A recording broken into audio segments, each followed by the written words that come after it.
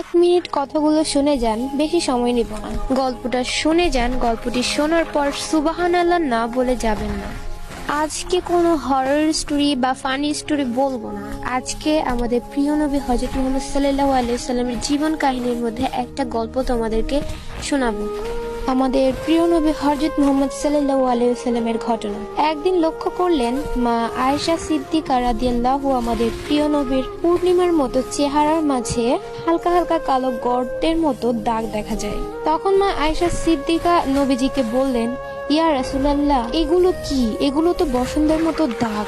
যদি এগুলো বসন্ত হয়ে থাকে তাহলে আপনি আল্লাহর কাছে দোয়া করুন, আপনার এগুলো পরিষ্কার হয়ে যাক। তখন আমাদের দয়ার নবী, মায়ার নবী চোখে পানি ফেলে বললেন, হে আয়েশা, এই দাগের কথা জানতে চেও না। এই দাগের কথা মনে হলে আমার কলিজায় মানে না রে আয়েশা।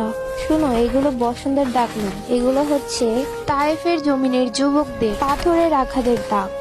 আমি যখন ইসলামে দাওয়াত দিতে গিয়েছিলাম তখন যুবকরা আমাকে একবার নয়, দুইবার নয়, তিনবার পাথরের আঘাত করে আমাকে বেহুশ করে দিয়েছিল।